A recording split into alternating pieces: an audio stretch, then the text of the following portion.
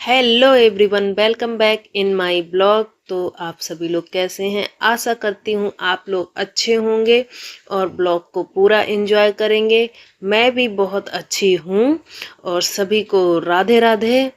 और ये देखिए, बच्चों को लगी है भूख तो मैंने बच्चों के लिए बना दिए हैं मटर वाले राइस। सर्दियों में ज़्यादा कोई सोचने की बात नहीं है और मटर वाले राइस तो बच्चों को बहुत पसंद आते हैं।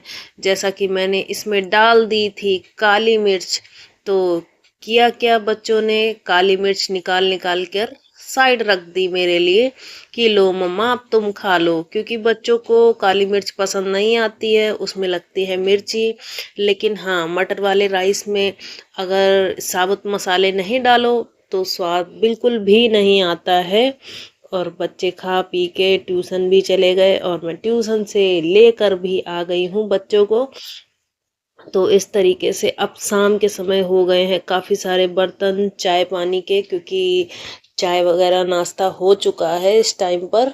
तो मैंने सोचा पहले फटाफट से बर्तन वगैरह फिनिश कर लेती हूँ। और एक तरफ मैंने रख दी थी दाल बनने के लिए, तो मेरी दाल बस बन के रेडी है और मुझे उसमें लगा देना है छौंका। तो मैं फटाफट से किचन के काम फिनिश कर लेती हूँ, क्योंकि एक तरफ अगर आप दाल या सब्जी बनने के लिए, सब्जी के साथ तो हाथ लगाना पड़ता है क्योंकि सब्जी की तरफ ध्यान देना पड़ता है। सब्जी का पता नहीं चलता है कि कब जल जाए, तो सब्जी को तो पहले से ही छौंकना पड़ता है। और दाल का क्या है कि दाल को मैंने एक तरफ बस कुकर में सीटी लगाने के लिए रख देती हूँ और दूसरी तरफ अपने किचन के काम फिनिश करती रहती हूँ। जैसे कि सिंक में बर्तन वगैरह पड़े होते हैं तो उनको फिनिश कर देती हूँ, साफ सफाई कर देती हूँ। और कुछ भी एक्स्ट्रा खाने पीने का सामान वगैरह फ्रिज में रहता है तो मैं इधर से फ्रिज से भी साफ सफाई करती रहती हूँ, क्योंकि मैं ज़्यादा दिन तक कोई भी चीज़ फ्रिज में नहीं रखी रहने देती। क्योंकि होता क्या है, जो चीज़ अगर 1 या 2 दिन में नहीं खाई जानी है तो वो 5 दिन के बाद भी तो नहीं खाई जानी होती है। तो इसलिए मैं कोशिश करती हूँ कि फ्रिज में 3 से 4 दिन के बाद जो भी चीज़ नहीं खाई जा रही है, 2 से 3 दिन, सब्जी तो 1 से 2 दिन के बाद मैं निकाल ही देती हूँ। क्योंकि सब्जी वैसे भी मैं बहुत ज़्यादा क्वांटिटी में नहीं बनाती हूँ, ज़्यादा लोग फैमिली मेम्बर नहीं हैं हम।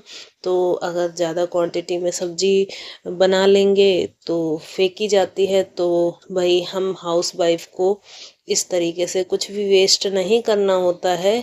तो मैं तो कोशिश करती हूँ कि जितनी अपने घर में चीज़ें खाई जाती हैं, जितनी जो चीज़ खाई जाती है क्वांटिटी में, मैं उस ही हिसाब से सब्जियां लेकर आती हूँ।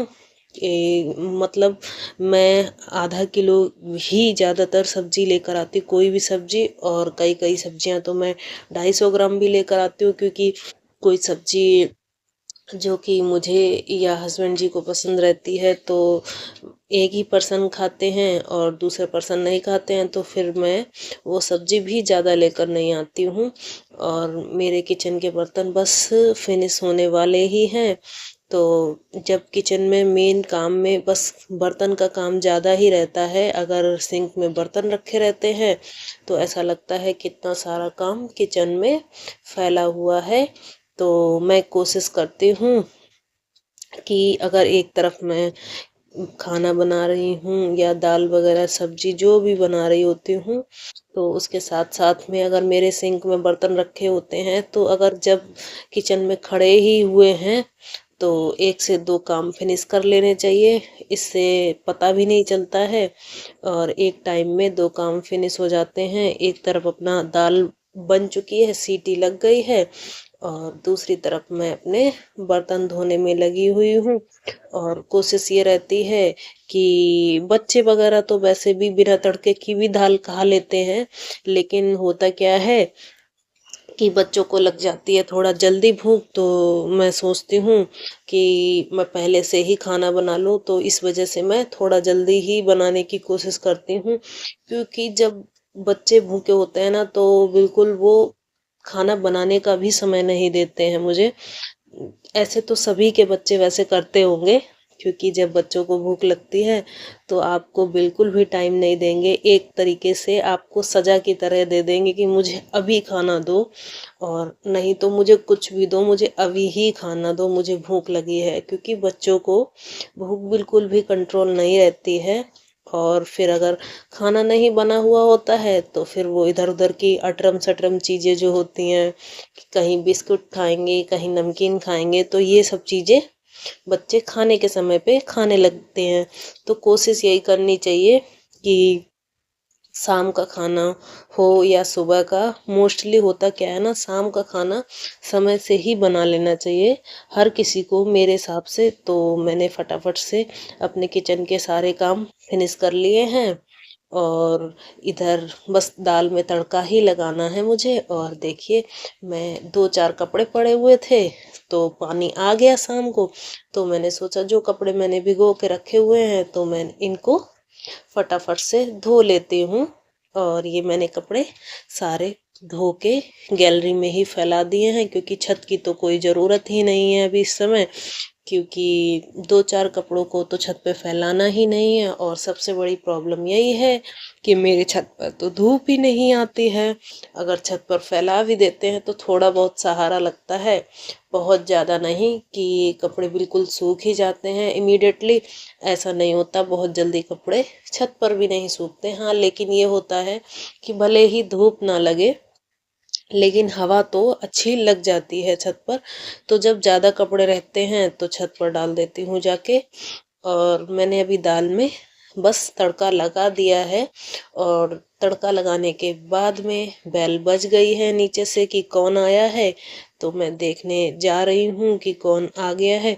और इसके बाद में मैंने रोटियां भी बना ली हैं, और मेरी तो रोटियां ही बहुत ही कम बनती हैं, 2-4 रोटियां बनानी होती है। तो मैं बना के इसलिए रख देती हूँ, बच्चों को बहाना चाहिए होता है रोटी ना खाने का, कि मतलब अगर रोटी नहीं बनी है तो बच्चे बोल देंगे अरे मम्मी रोटी नहीं बनी है, बस चावल ही खा लेते हैं। और जब बन जाती है तो बहाना नहीं रहता है, तो फिर तो एक रोटी तो ज़बरदस्ती ही मिलती है, एक एक रोटी।